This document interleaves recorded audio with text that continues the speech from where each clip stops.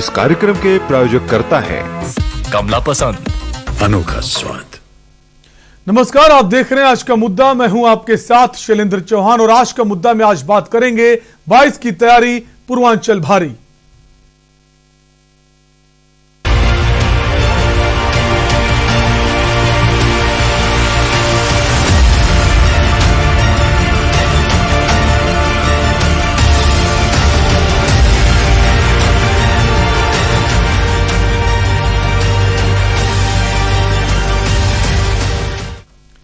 उत्तर प्रदेश में चुनाव हो और पूर्वांचल का जिक्र ना हो, यह बात अधूरी सी लगती है। कहते हैं जिस पार्टी ने पूर्वांचल का दंगल जीत लिया, सत्ता की चाबी उसी के हाथ लगती है। इस बार पूर्वांचल को साधने के लिए बीजेपी पूरा जोर लगा रही है। इसी कड़ी में आज केंद्रीय गृह मंत्री अमित शाह वाराणसी के दौरे पर पहुंचे। 2 दिवसीय दौरे में अमित शाह ने आज काशी में संगठनात्मक बैठक भी की, जिसमें पार्टी के कार्यकर्ताओं को उत्तर प्रदेश में चुनाव के लिए जीत का मंत्र भी दिया। यह बैठक कई मायनों में बेहद अहम है। बैठक में प्रदेश के मुख्यमंत्री योगी आदित्यनाथ, बीजेपी प्रदेश अध्यक्ष स्वतंत्र देव सिंह, संगठन महामंत्री सुनील बंसल, डिप्टी सीएम केशव प्रसाद मौर्य और दिनेश शर्मा भी शामिल रहे। सभी उपाध्यक्ष, सभी महामंत्री और सभी प्रदेश मंत्रियों को भी शामिल होने का न्योता भेजा गया था। साथ ही यूपी बीजेपी के सभी मोर्चों के अध्यक्ष के अलावा पार्टी के सभी 6 क्षेत्रों के क्षेत्रीय अध्यक्ष एवं क्षेत्रीय प्रभारी भी बुलाए गए। 2022 से पहले ही बीजेपी अब पूरी तरह से चुनावी मोड में आ गई है और पूर्वांचल की जो साधने की कोशिश में जुट गई। लेकिन पूर्वांचल इस बार किसके हाथ होगा, यह बड़ा मुद्दा है। इसी पर चर्चा करेंगे। उससे पहले ये रिपोर्ट देखिए। उत्तर प्रदेश में 2022 में होने वाले विधानसभा चुनाव के लिए सत्ता संग्राम की शुरुआत हो चुकी है। सत्ता पर बैठी बीजेपी के साथ सपा, बसपा, कांग्रेस सभी का फोकस इन दिनों पूर्वांचल पर ही है। हर कोई सत्ता पाने के लिए चुनावी सवर में अपने तरकश के तीर चलाने में जुटा है और पूर्वांचल की 164 विधानसभा सीटों की साधना शुरू हो चुकी है। यही वजह है कि सभी राजनीतिक दलों के लिए पूर्वांचल सियासी अखाड़ा बन गया है। बीजेपी के लिए पूर्वांचल इसलिए भी अहम हो जाता है क्योंकि सीएम सिटी गोरखपुर और पीएम का संसदीय क्षेत्र वाराणसी भी इसी पूर्वांचल में आता है। पूर्वांचल की राजनीति को समझें तो बीजेपी को 2017 में तकरीबन 115 सीटें मिली थी। सपा को 17 सीटें, बसपा के खाते में 14 सीटें आई थी, जबकि कांग्रेस को 2 और अन्य के खाते में 16 सीटें गई थी। 2012 में सपा के सत्ता में आने में पूर्वांचल का रोल बेहद अहम था। 2014 का लोकसभा हो या फिर 2017 का विधानसभा चुनाव, बीजेपी को पूर्वांचल का साथ खूब मिला। लेकिन 2019 लोकसभा चुनाव के बाद 12 सीटों पर हुए उपचुनाव और ग्राम पंचायत के चुनाव में बीजेपी को पूर्वांचल से झटका लगा, जिसके बाद बीजेपी ने अपने खोए हुए जनाधार को साधने की कवायद शुरू कर दी। खुद प्रधानमंत्री नरेंद्र मोदी और गृह मंत्री अमित शाह ने पूर्वांचल की कमान अपने हाथों में संभाल रखी है। 2022 चुनाव को देखते हुए प्रधानमंत्री नरेंद्र मोदी ने कुशीनगर, सिद्धार्थनगर, वाराणसी का दौरा कर कई सौगात दी है। अब 16 नवंबर को पीएम मोदी यूपी का दौरा कर पूर्वांचल एक्सप्रेसवे का उद्घाटन करेंगे। गृह मंत्री अमित शाह आज वाराणसी पहुँचे हैं और 13 नवम्बर को आजमगढ़ बस्ती में शाह अलग अलग पदाधिकारियों के साथ बैठक करके जीत का मंत्र देंगे। 2017 की जीत दोहराने के लिए बीजेपी ने 2022 में संजय निषाद की निषाद पार्टी और अनुप्रिया पटेल की अपना दल से समझौता कर रखा है। बता दें कि पूर्वांचल में करीब 28 जिले आते हैं जो राजनीति की दशा और दिशा बदलने का मादा रखते हैं। इनमें वाराणसी, जौनपुर, भदोही, मिर्जापुर, सोनभद्र, प्रयागराज, गोरखपुर, कुशीनगर, देवरिया, महाराजगंज, संत कबीर नगर, बस्ती, आजमगढ़, मऊ, गाजीपुर, बलिया, सिद्धार्थनगर, चंदौली, अयोध्या, गोंडा, बलरामपुर, श्रावस्ती, बहराइच, सुल्तानपुर, अमेठी, प्रतापगढ़, कौशाम्बी और अंबेडकर नगर जिले शामिल हैं। 28 जिलों के सियासी घमासान को समझे तो सपा के मुखिया अखिलेश यादव भी पूर्वांचल में बीजेपी का किला ढहाने के लिए ओम प्रकाश राजभर से हाथ मिला चुके हैं। इतना ही नहीं, अखिलेश यादव ने बसपा के मजबूत किले अंबेडकर नगर के 2 मजबूत नेता लालजी वर्मा और राम अचल राजभर को शामिल कराकर बड़ा संदेश दिया है। सपा ही नहीं, बसपा भी पूर्वांचल को साधने की लगातार कोशिश में जुटी है। प्रबुद्ध सम्मेलनों में बीएसपी पूर्वांचल के जिलों पर विशेष फोकस कर रही है। वाराणसी में 14 नवंबर को महिला सम्मेलन, जिसकी कमान सतीश चंद्र मिश्रा की पत्नी के हाथों में है, इसी सियासी बिसात का हिस्सा है। कांग्रेस पार्टी भी पूर्वांचल की ओर अपना रुख कर चुकी है। कई छोटी छोटी बैठकों के अलावा पार्टी महासचिव प्रियंका गांधी वाराणसी और गोरखपुर में 2 बड़ी रैली कर चुकी हैं। पूर्वांचल में जातीय समीकरण बेहद लचीला है। जाट और गुर्जर को छोड़ दें तो यहाँ लगभग सभी जातियों का प्रतिनिधित्व देखने को मिलता है। चुनाव में लाख विकास की बात हो, लेकिन पूर्वांचल में जातीय और धार्मिक मुद्दे अहम रहते हैं। यही वजह है कि 2022 विधानसभा चुनाव की तैयारी में पूर्वांचल भारी है। ऐसे में पूर्वांचल किस दल का साथ देकर सत्ता के सिंहासन तक पहुंचाता है, ये बड़ा मुद्दा है। स्पेशल डेस्क, के न्यूज इंडिया।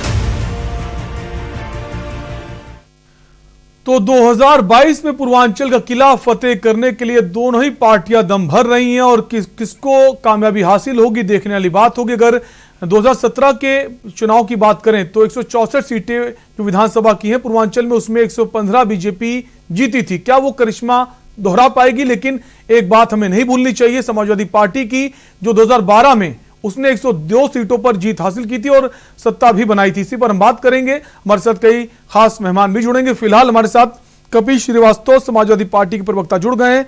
कपिश जी, स्वागत है आपका। और पंकज दुबे जुड़ गए हमारे साथ, कांग्रेस पार्टी के प्रवक्ता हैं। सर, आपका भी स्वागत है। सबसे पहले कपिश जी, आप ही से सवाल है, 2017 में बीजेपी ने एक प्रचंड जीत हासिल की थी जिसमें पूर्वांचल का भी खासा योगदान था। 115 सीटें जीत दर्ज की थी, लेकिन 102 सीटें 2012 में समाजवादी पार्टी ने पाई थी। अब समाजवादी पार्टी के लिए ये राह कितनी आसान है, कितनी कठिन है? क्या समाजवादी पार्टी 2012 वाला करिश्मा दोहरा पाएगी? आपसे समझने की कोशिश करेंगे। देखिए, समाजवादी पार्टी पूर्वांचल में इस समय वर्तमान समय में बहुत मजबूत स्थिति में, और हम लोग इसलिए आपको ये कहना चाहते हैं और विश्वास दिलाना चाहते हैं कि अभी हाल ही में हम लोगों ने पंचायत चुनाव देखे हैं और जो डायरेक्ट चुनाव था उसमें हमने बुरी तरीके से पूर्वांचल में भी रौंदा है, और विशेष करके पूर्वांचल के उन जिलों में रौंदा जहां मंदिर संस्कृति कही जाती है, वहां भारतीय जनता पार्टी अपना कुनबा नहीं बचा सकती। उपचुनाव में हमने हराया, और अद्वितीय रूप से आपको याद होगा कि जो हमारा एमएलसी का चुनाव था, काशी परिक्षेत्र की दोनों सीटें हमने जीती। यानी कि जो हमारी शैक्षिक स्नातक थी और जो शिक्षक स्नातक और स्नातक दोनों हमने जीती।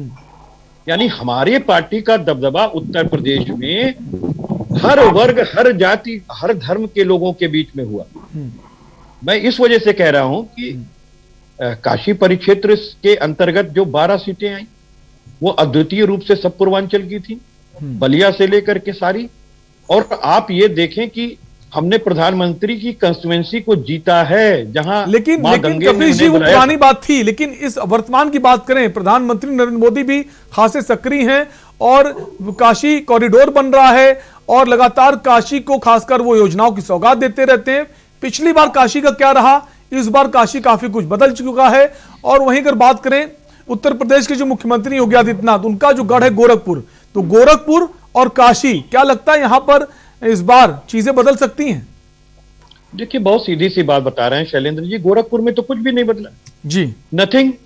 मैं तो गोरखपुर से ही हूं, और योगी आदित्यनाथ जी की 29 साल की कर्मभूमि है। इस भूमि पे उनको गिनाने के लिए आज भी काम नहीं है, पहले भी काम नहीं था। क्योंकि जब हम किसी को आस्था के नाम पे चुनते हैं तो विकास का एजेंडा गोरखपुर के एम्स की सौगात मिली, आप कह रहे काम गिनाने को नहीं है।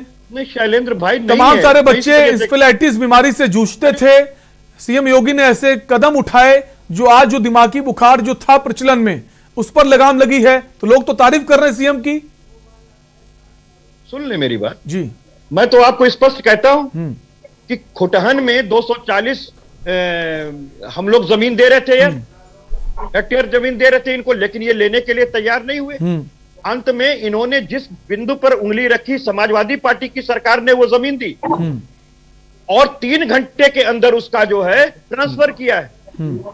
रजिस्ट्री 3 घंटे के अंदर की गई। लेकिन वो जो हमारा एम्स अधिनियम है उसके विपरीत काम किया इन्होंने, क्योंकि 220 एकड़ से कम में एम्स का निर्माण नहीं किया जा सकता है। इसमें 42 अनुभाग होते हैं, लेकिन गोरखपुर में सिर्फ 20 अनुभाग बन रहे हैं। यानी एक तरीके का ये स्पेशलाइज्ड ट्रॉमा सेंटर है।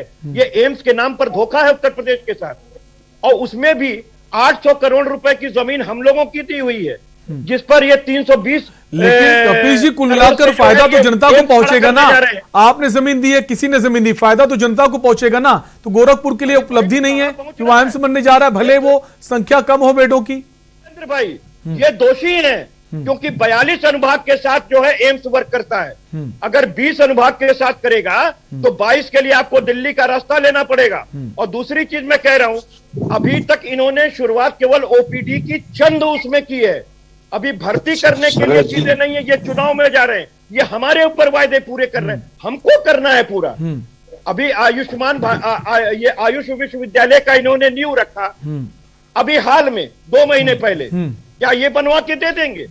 लेकिन हकीकत यही है कि योगी सरकार ने गोरखपुर के अंदर 3 बार मेट्रो के लिए डीपीआर बनवाया और 150 करोड़ रुपए पानी में डुबा दिया यहाँ के इंजीनियर।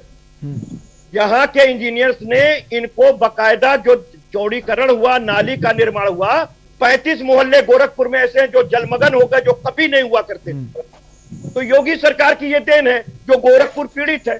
चिड़ियाघर से लेकर के वाटर स्पोर्ट्स से लेकर के सब तो समाजवादी पार्टी की सरकार में हुआ। इन्होंने तो रंग रागौन किया। और जहां तक इंसेफेलाइटिस की बात आप कह रहे हैं, वायरोलॉजिकल सेंटर समाजवादी पार्टी की सरकार में दीनदयाल उपाध्याय गोरखपुर विश्वविद्यालय के अंदर स्टार्ट हुआ। ठीक है, हमारे साथ और भी मेहमान हैं। दिनेश शुक्ला हमारे साथ बीजेपी से जुड़ गए। दिनेश जी, बहुत बहुत स्वागत है आपका। धन्यवाद। दिनेश जी, जैसा कपिल श्रीवास्तव जी को हम सुन रहे थे, हमने उनको बताया कि बीजेपी ने गोरखपुर में एम्स की उपलब्धि दी है, गोरखपुर वासियों को खुश होना चाहिए, उनको एक सौगात मिली। लेकिन वो कह रहे हैं कि एम्स जो बनाया जा रहा है उसमें भी काफी घोलमाल है और जो मानक होने चाहिए वो मानक नहीं है। और जो बीमारी चलती आ रही थी बरसों से इंफ्लुएंजाइटिस, तो इंफ्लुएंजाइटिस को लेकर उनका कहना है कि उसमें सरकार का कोई योगदान नहीं। कैसे देखते हैं इनकी बात? शैलेश जी, मुझे हंसी आती है जब सपा सरकार के लोग ये बोलते हैं कि वो एम्स का मानक देख रहे हैं। अरे आपने एम्स के नाम पे एक ईंट तो रखी होती। अरे एम्स उसी जमीन पे खड़ा हो रहा है जिसको समाजवादी सरकार ने दिया। क्या हास्यास्पद तथ्य और बातें करते हैं आप? और आपने गोरखपुर वासियों से एम्स छीना है। आप 22 अनुभाग के लिए दिल्ली भेजेंगे, आप ट्रामा सेंटर देके उसको एम्स का नाम देना चाहते हैं।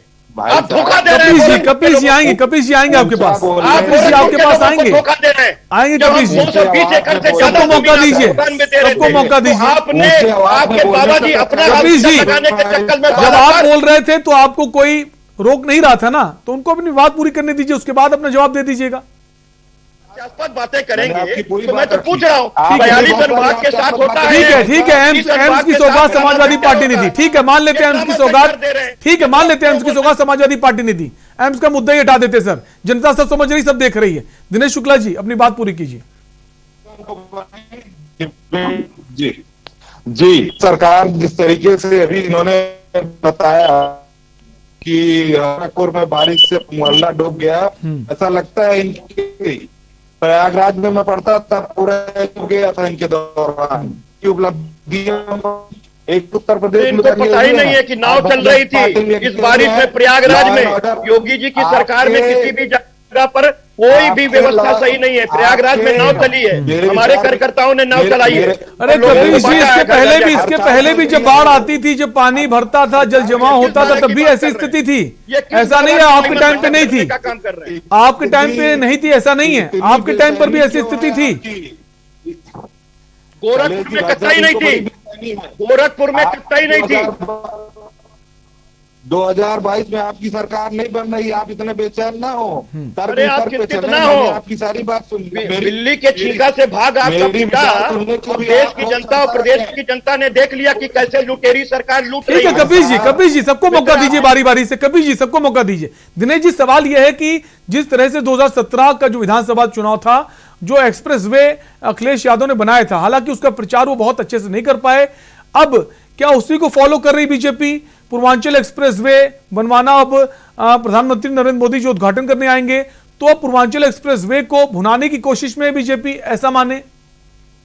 क्यों नहीं हो जाएगी भाई, हमारी सरकार ने एक्सप्रेसवे बनाया है। इन्होंने तो एक आपकी है क्या? उसमें मैं दिल्ली जाता हूँ, पूरा रास्ता आपका है। 27,000 करोड़ रुपए दे करके अलाइनमेंट हम लोगों ने कराया, सारी जमीन हम लोगों ने मुआवजा दे करके ली, और आपने 4.5 साल में ये पूर्वांचल एक्सप्रेस वे बना रहे हैं, तो आजमगढ़ में धंस गया 10 किलोमीटर, जो 10 किलोमीटर आजमगढ़ में धंस गया।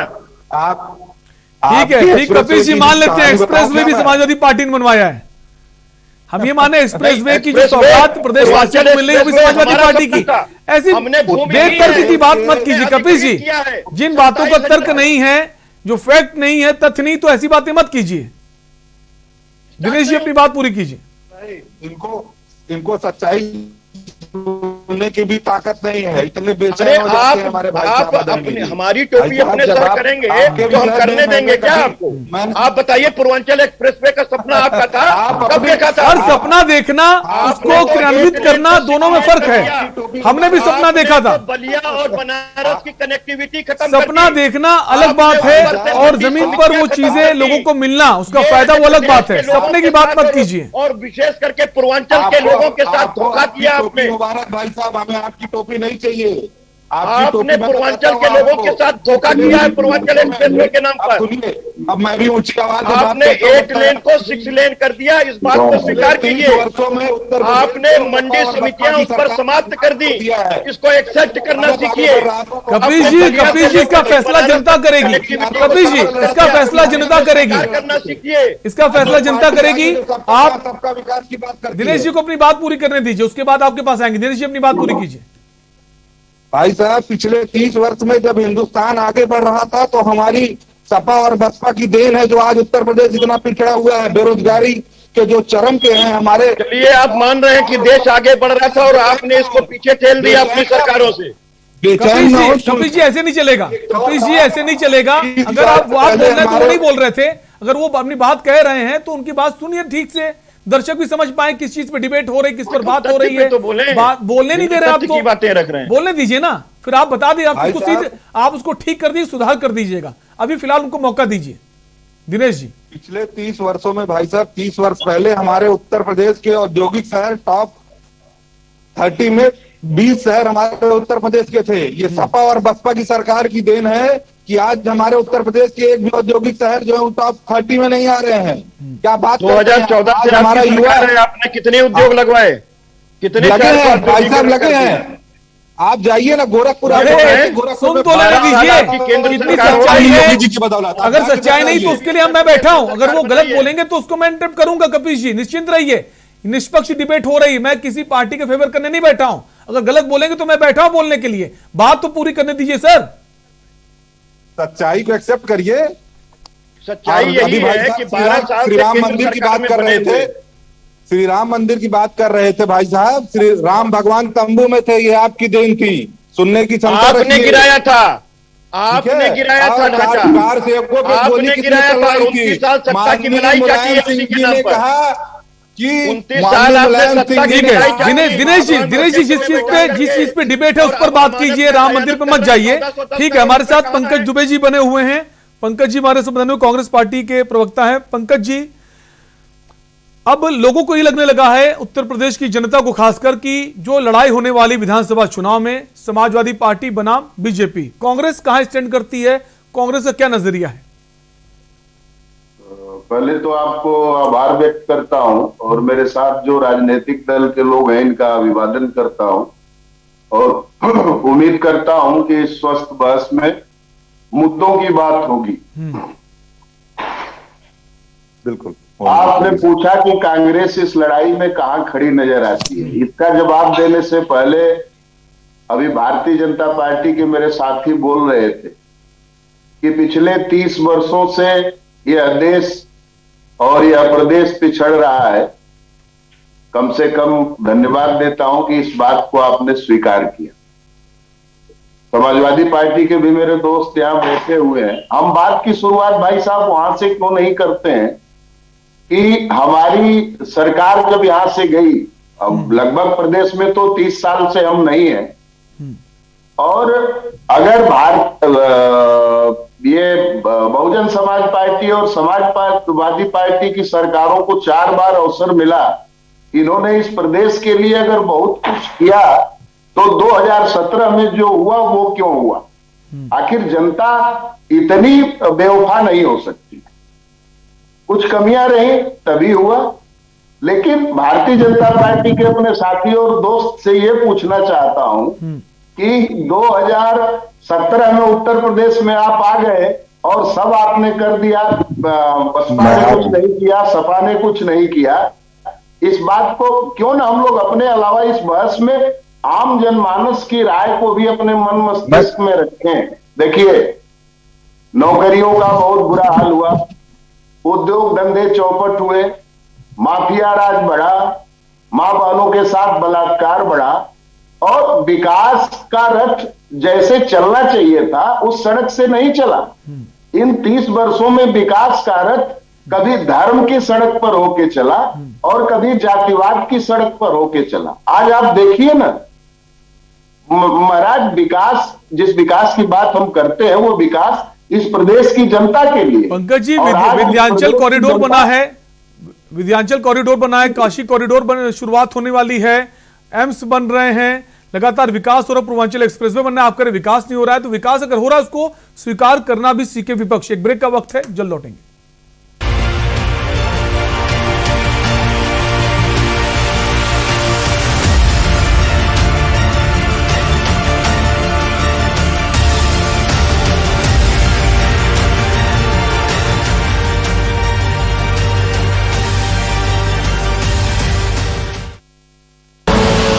आप देख रहे हैं के न्यूज, खबरों का सारथी।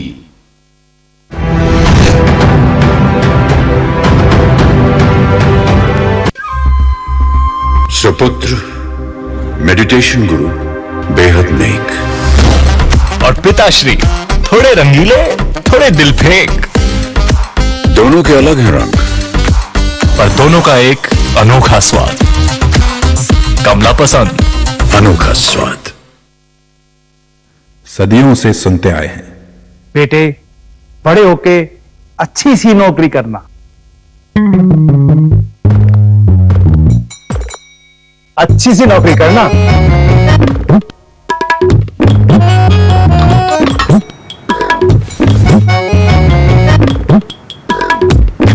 अच्छी सी नौकरी करना।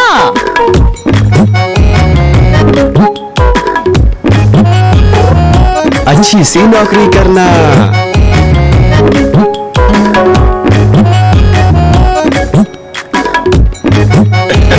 अच्छी सी नौकरी करना।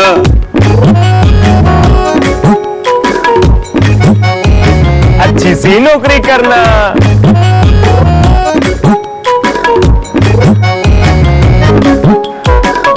अच्छी सी नौकरी करना।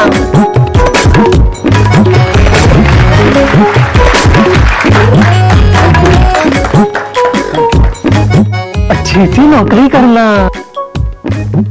अगर सब अच्छी नौकरी करने वाले बनेंगे तो नौकरी देगा कौन? बेटा तुम अच्छी सी नौकरी देने वाला बनना। अगर भारत को दुनिया का नंबर 1 देश बनाना है तो आज हर बच्चे के अंदर एंटरप्रेन्योर माइंडसेट जगाना होगा।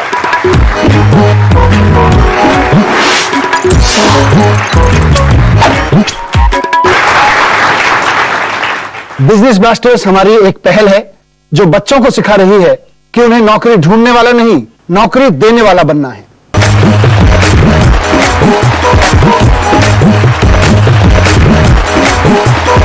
बिजनेस ब्लास्टर्स, छोटे बिजनेस स्टार्स, बड़े बिजनेस आइडियाज। 14 नवंबर से आपके टेलीविजन पर। जब पशुओं को मिलेगा प्यार और मिल्को मोर पशु आहार तो दूध बहेगा, मुनाफा बढ़ेगा। मिल्को मोर पशु आहार। स्वाद और खुशबू में झूम के भाई लेके आए गोल्डी मसाले। गोल्डी मसाले, खुशबू और स्वाद ऐसा तो रिश्तों में गुस्सा कैसा। पर ये दिल है कि चख रहा है उन्हीं अल्फाजों का नूर नूर और नूर और नूर और दूर कितना भी जाओ, इस जुबान से दूर ना जा पाओगे। विमल, बोलो जुबान केसरी।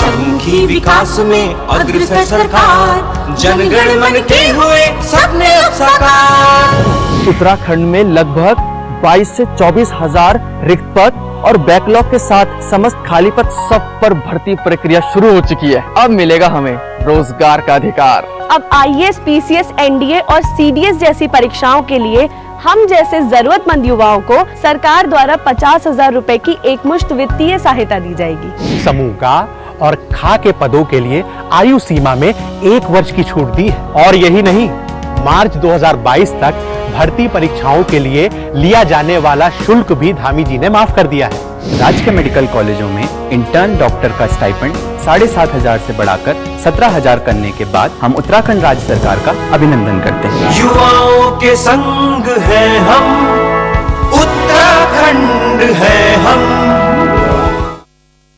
खुदी को आजमाया है तो ये अंदाज आया है, खुदी को आजमाया है तो ये अंदाज आया है। तुम में भी मैं हूं, शुद्ध प्लस पान मसाला।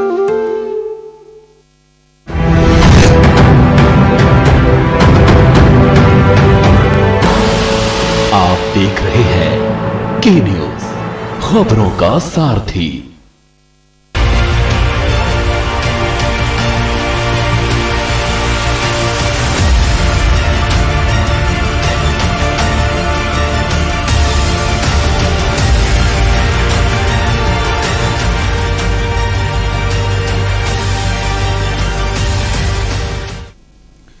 ब्रेक के बाद आपका स्वागत है। आप देख रहे हैं आज का मुद्दा और आज के मुद्दे में बात कर रहे हैं पूर्वांचल की। इस बार पूर्वांचल का साथ किसको मिलेगा?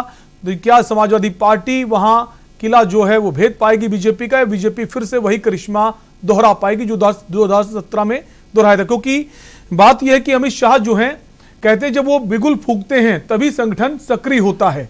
और अमित शाह आज काशी के दौरे पर हैं और कल वो अखिलेश यादव के संसदीय क्षेत्र आजमगढ़ पहुंचेंगे और वहां से जीत का जो खाका है, पूर्वांचल का जीत का खाका, वो तैयार करने की कोशिश करेंगे। इसी पर बात कर रहे हैं, तमाम सारे मेहमान हमारे साथ मौजूद हैं। हम वापस आएंगे, हमारे साथ बीजेपी से बने हुए हैं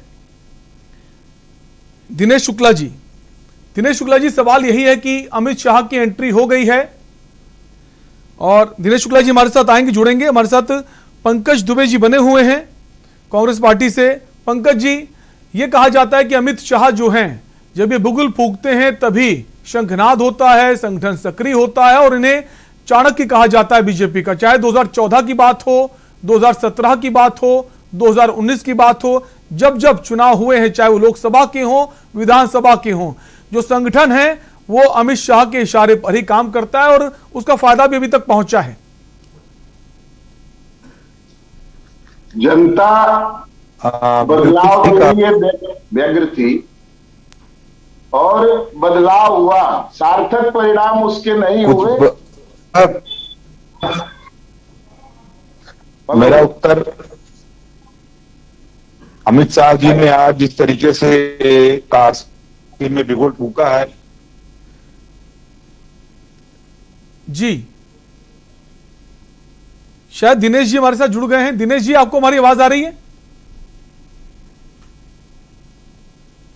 जिस तरीके से आज अमित शाह जी ने बिगुल फूंका है, पूरे उत्तर प्रदेश में आज जो है कार्यकर्ताओं संगठन में एक नई ऊर्जा का संचार हुआ है और 2022 में फिर से माननीय योगी जी की सरकार बनेगी। और बाकी विपक्ष को सपने देखना है तो सपने देखें, सपना देखने का अधिकार सबको है, परंतु हकीकत उन्हें भी पता है। भले ही आज वो अपनी सरकार की उपलब्धि बता रहे हैं, हमारी सरकार की बुराई।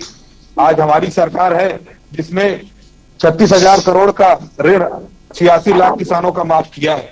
आज हमारी सरकार है जिसने 4.5 लाख किस बजट में किया है, जरा ये भी बता दें शुक्ला जी। ये आपको मिल जाएगा भाई साहब, इंटरनेट पे जाकर किस आधार वर्ष का आपने ऋण माफ किया है हमको बता दें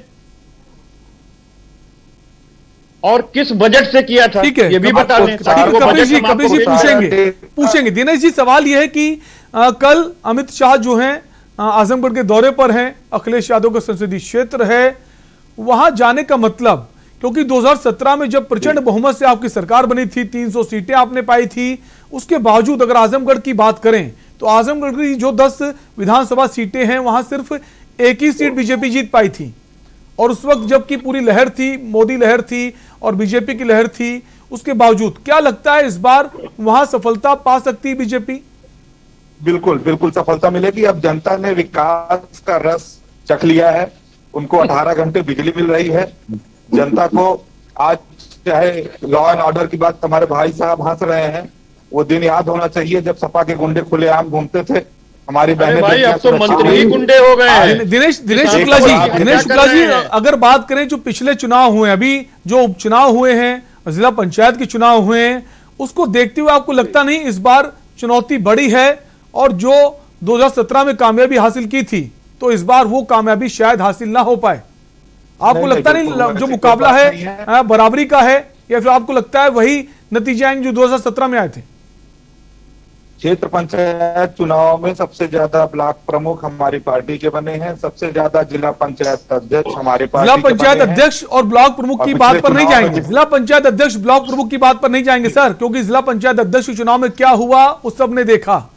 आप लोगों ने नॉमिनेशन नहीं होने दिया, आप लोगों ने समाजवादी पार्टी के कार्यकर्ताओं को नॉमिनेशन ही नहीं होने दिया, तो जीत तो आप ही की होगी ना। और ब्लॉक प्रमुख के चुनाव किस बल पर जीते जाते हैं ये भी जनता जानती है, काम करेगी, उस पर हम नहीं जाएंगे। हमारे साथ रत्नेश राय जुड़ गए हैं, वरिष्ठ पत्रकार हैं। रत्नेश जी, जो पूर्वांचल की सियासत अब तेज हो गई है, अब पूर्वांचल एक्सप्रेसवे का उद्घाटन होने वाला है और पूरी कोशिश है बीजेपी की इस एक्सप्रेसवे को भुनाने की, और इसके सहारे 2022 में जो पूर्वांचल की 165 सीटें हैं उसमें जीत हासिल करने की। कैसे देखते हैं रत्नेश जी? बिल्कुल, देखिए जिस तरीके से आज यहाँ पे अमित शाह जी हैं, मुख्यमंत्री उत्तर प्रदेश योगी आदित्यनाथ जी हैं, चुनाव प्रभारी प्रधान जी हैं, तो कहीं न कहीं जो 403 विधानसभा के लोगों की आज यहाँ पे बैठक हो रही है, उसमें जो सबसे प्रमुख एजेंडा होगा, जो मंत्र दिया जाएगा, जो दिया जा रहा है, कहिए कि जो लॉ एंड ऑर्डर है, जो राष्ट्रवाद है और जो पूर्वांचल का खास तौर से विकास है, उसकी चर्चा हो रही है। और जो 403 विधानसभा से जो विधानसभा अध्यक्ष लोग आए हुए हैं, उनको ये बताने की कोशिश की जा रही है कि वो अपने विधानसभा में ये बताएं कि जो विकास के कार्य हुए हैं, पहले क्या थे, अब क्या है, लॉ एंड ऑर्डर कैसे था पहले, अब कैसा है, और कहीं ना कहीं राष्ट्रवाद की जो बात है वो फैलाए। तो कहीं ना कहीं जो पूर्वांचल का विकास है, अगर देखा जाए तो लखनऊ की सियासत जो है वो पूर्वांचल के सही होके गुजरती है, अगर ये कहा जाए तो शायद गलत नहीं होगी। तो पूर्वांचल को साधने की कोशिश जो है वो बीजेपी पूरी तरीके से कर रही है। पहले के चुनाव में अगर देखा जाए तो पूरा जोर यहाँ पे प्रधानमंत्री नरेंद्र मोदी जी ने भी लगा दिया था, यहाँ पे आके वो कई रोड शो लगातार किए हुए थे। और रत्नेश जी, जैसे आपने जिक्र किया प्रधानमंत्री जी का, और प्रधानमंत्री जी को देखते हुए लगता है कि जब 2014 का इलेक्शन था तो भी शुरुआत वो पूर्वांचल से करते हैं। 2014 में भी, 17 में भी, 19 में भी जो वो आगाज करते हैं चुनावों का, रैलियों का, वो पूर्वांचल से ही करते हैं। बिल्कुल, देखिए पूर्वांचल के अलावा जो बनारस से, जो वाराणसी से शुरुआत होती है, अगर कहा जाए तो पूर्वांचल का केंद्र बिंदु है, या कहा जाए बिहार, एमपी, छत्तीसगढ़ जो आसपास के सटे हुए प्रदेश हैं, तो कहीं ना कहीं बनारस से जो काम होता है उसका मैसेज जो है वो इन प्रदेशों में भी जाता है। तो बनारस कहा जाए तो राजनीति की अगर नफ्स टोलनी है तो बनारस की जो धड़कन है राजनीति की, उसको देखनी पड़ेगी। जी रत्नेश जी, सवाल ये भी है कि अभी हाल ही में दो बड़े दिग्गज नेता, अगर अम्बेडकर नगर जिले में जो दौरा था अखिलेश यादव का, वहां राम अचल राजभर और लालजी वर्मा, क्योंकि पूर्वांचल का जो सियासी गणित है, जातिगत गणित है, उसमें पिछड़े, अति पिछड़ों की संख्या बहुत ज्यादा है, तो और राजभर वोट भी है, तो कहीं ना कहीं ये नहीं लगता कि इस बार मुश्किलात ज्यादा होंगी, क्योंकि दो बड़े नाम हैं, इनका एक जुड़ाव है जनता के बीच, और जातिगत राजनीति हमेशा हावी रही उत्तर प्रदेश में। बिल्कुल, देखिए जातिगत राजनीति हावी रही है, ये सही बात है।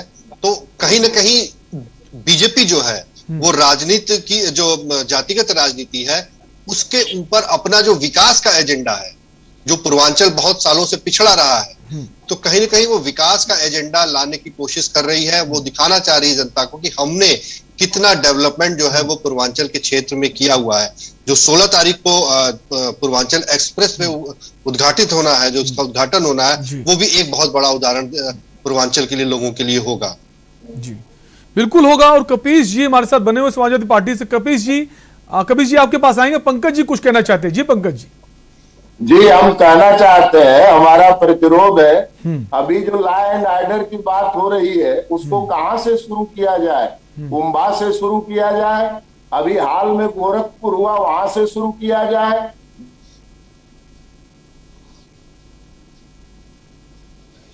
उसकी बिसरा रिपोर्ट नहीं है, आखिर कहां से शुरू किया जाए? बेटियों के साथ बलात्कार हो रहा है, लॉ एंड ऑर्डर को कहां से शुरू किया जाए? और ये पूर्वांचल एक्सप्रेसवे में एक नई भावना भीतर की आई है उभर के, टच एंड गो। अब तक ये यूज एंड थ्रो पर थे और अब इनका 2022 में बस ये टच एंड गो करेंगे, टच करेंगे, लोगों की धार्मिक भावनाओं को भड़काएंगे, लोगों में जातीयता फैलाएंगे। अब उन्होंने एक पंकज जी, जातिवाद सांप्रदायिकता की आप बात कर रहे हैं। आपके पार्टी के बड़े बड़े नेता अपनी बुक छापते हैं, वहां पर अजीब बयान देते हैं। अभी फिर से अब आज उन्होंने बयान दे दिया राशिद अल्वी साहब ने। तो आपकी पार्टी के नेता जातिगत बातें करते हैं और आप बोल रहे हैं जातिगत राजनीति की। जी करते हैं और हमारी बातों, हमारे दल के बड़े नेताओं की बातों को अलग तरह से पेश करने में। ठीक है, की भूमिका, मैं आपकी भूमिका की हूं, लेकिन जो लोकतंत्र के चौथे स्तंभ की जो दुर्गति हो रही है। पंकज जी, आप लॉ एंड ऑर्डर की बात कर रहे हैं। बड़े बड़े जो माफिया हैं वो जेल की हवा खा रहे हैं, वो जेल से बाहर नहीं आना चाहते हैं, और जो बाहर हैं वो कहते हैं मैं क्राइम छोड़ रहा हूं।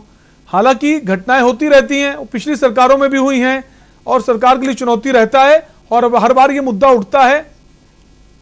हमारे साथ कपीश जी, ठीक है, कपीश जी हमारे साथ बने हुए हैं। कपीश जी, जैसा अभी रत्नेश जी को आपने सुना, उन्होंने कहा कि इस बार बीजेपी जो है विकास के साथ जा रही राजनीति जो जनता के बीच, और जाना भी चाहिए, हर पार्टी को जाना चाहिए।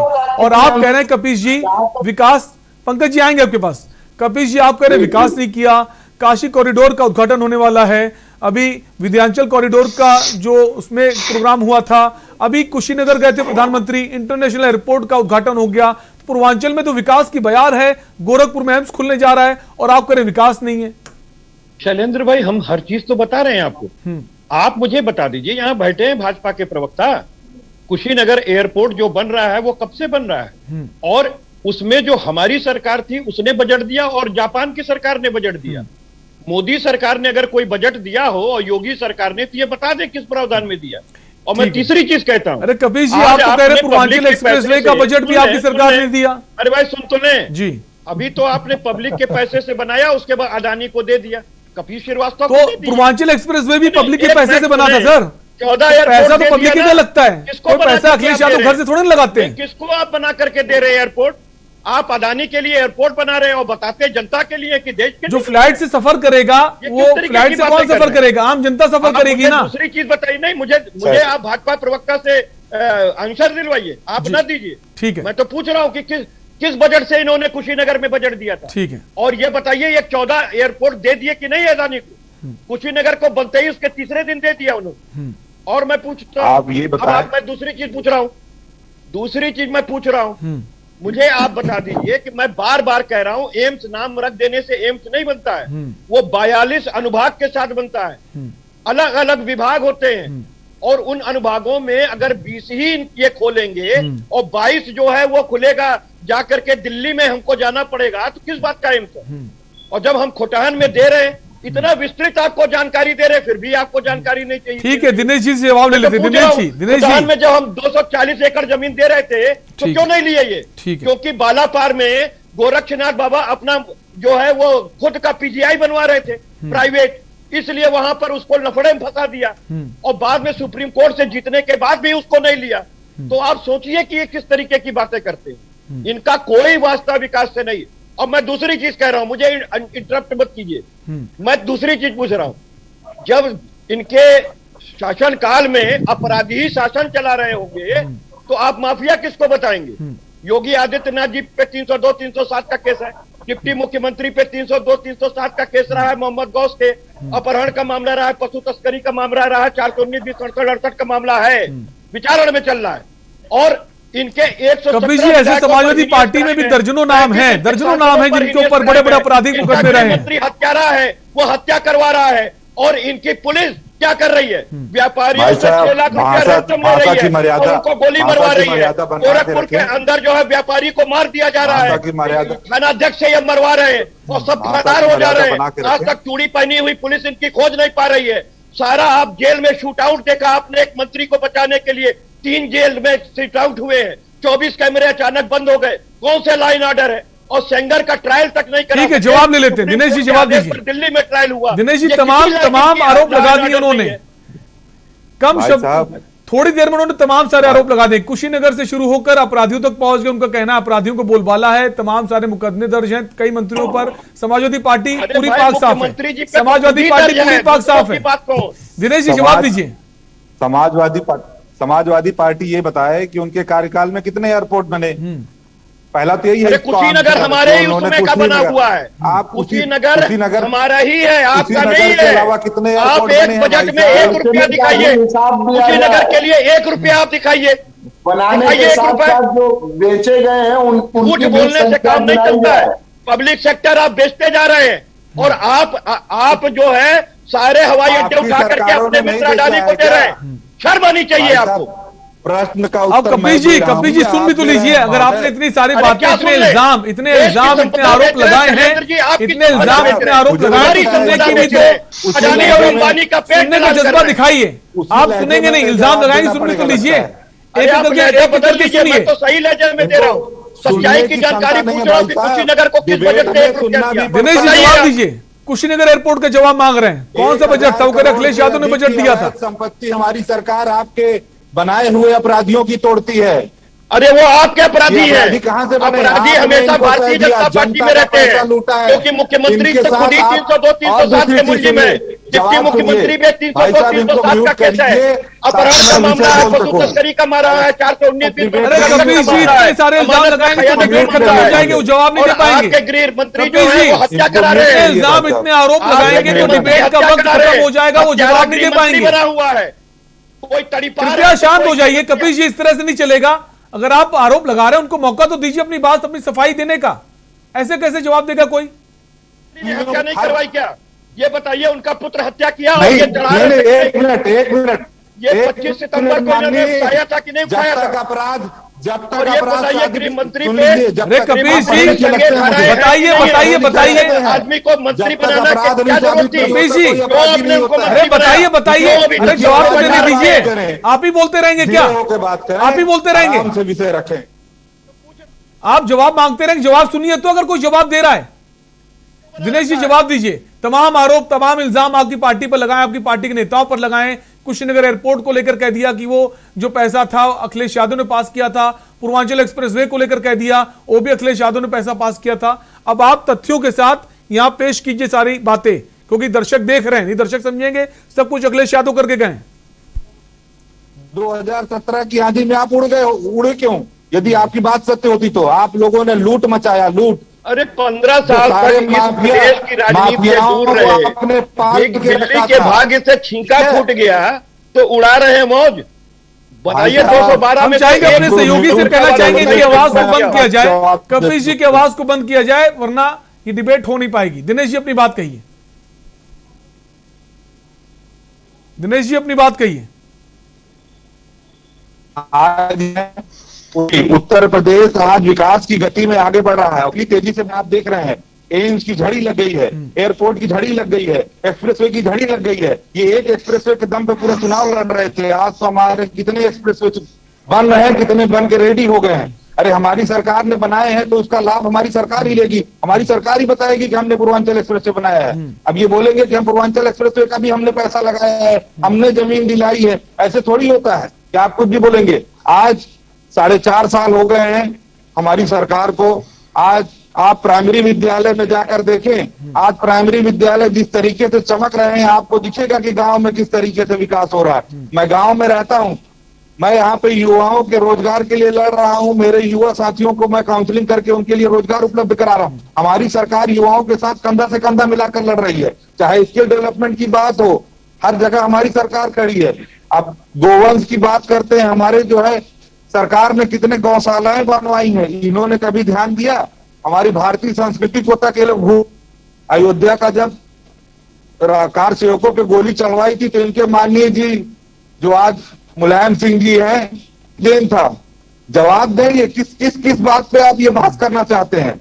4.5 साल में आज चाहे हमारा मैं काशी गया हूँ, काशी में आज आप चले जाइए, हाईवे की लाइन लगी हुई है, ना कोई जाम दिखता है ना कुछ दिखता है। अरे किस तरह की -23 की जीडीपी ले जाने वाले, 15% पे बेरोजगारी दर पहुंचा देने वाले आज महिमा मंडित कर रहे हैं। पूरे उत्तर प्रदेश के युवा और बेरोजगारों को आपने अपमानित करने का काम योगी आदित्यनाथ जी ने कहा था। 2 साल कोरोना काल था, 2 साल कोरोना काल था, उसको भी मत भूलिए। 2 साल कोरोना काल था, उसको भी मत भूलिए। उसके बावजूद जो विकास कार्य हुए हैं उसकी तारीफ करनी चाहिए। मैं जवाब देता हूँ इसका, अभी रुकिए। कोरोना काल में हमारे राजकुमार, कोरोना काल में हिंदुओं की लाशों को आपने कुत्ते से नचवाया है, सारी दुनिया ने देखा है। और एक महंत और योगी को झूठ बोलते हुए 11 मई में अपना जो एफिडेविट अदालत में दिया वो भी सामने है। आपके मुंह में ही जहर भरा हुआ है जातिवाद का। ठीक है, आप दोनों को रोकना चाहेंगे। ठीक है, आप दोनों को रोकना चाहेंगे। ठीक है ब्राह्मणों पर दिनेश जी, आप जवाब नहीं दे पा रहे। दिनेश जी तमाम सारे आरोप लगाया, आप उसका जवाब ठीक से नहीं दे पा रहे। हमारे पंकज जी बने हुए, पंकज जी कुछ कहना चाहते हैं। पंकज जी अपनी बात कही। मैं ये कहना चाहता हूँ, निश्चित रूप से ये कहना चाहता हूँ कि अगर कुछ चीजें बनी है तो बिकी कितनी है, नष्ट कितनी की गई है, कितने सार्वजनिक उपक्रमों को निजी हाथों में दिया गया है, इस पर भी चर्चा होनी चाहिए। माफिया गिरोहों को नष्ट करने की बात हो रही है तो इस बात पर चर्चा होनी चाहिए कि उत्तर प्रदेश में कितने माफिया गिरोह सूचीबद्ध हैं और उन सूचीबद्ध गिरोहों में कितने को माननीय मुख्यमंत्री जी और उनकी सरकार द्वारा कितने को ध्वस्त किया जा रहा है और कितने को अपने जनपद में पाल पोस के उनकी पत्नियों को चुनाव लड़ाया जा रहा है, कितनों को मनचाही अस्पतालों में भेज के उनके गिरोहों को संचालित करने में उनकी मदद की जा रही है। क्या उत्तर प्रदेश में केवल 1-2 माफिया गिरोह हैं?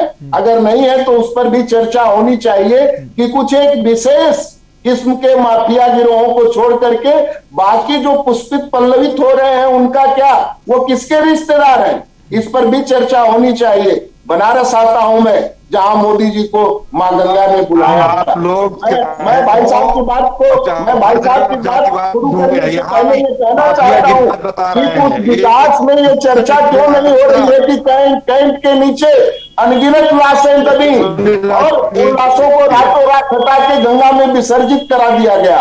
कोरोना काल की बात अगर होती है तो यह भी बताया जाना चाहिए कि गंगा के किनारे के कितने क्षेत्र श्मशान में बदल गए। मैं खुलेआम कहना चाहता हूं कि ये सरकारें पिछले 30 साल में उत्तर प्रदेश में केवल श्मशान, कब्रिस्तान, केवल धर्म, केवल जाति, अब ये जनता मानने वाली नहीं है जनाब।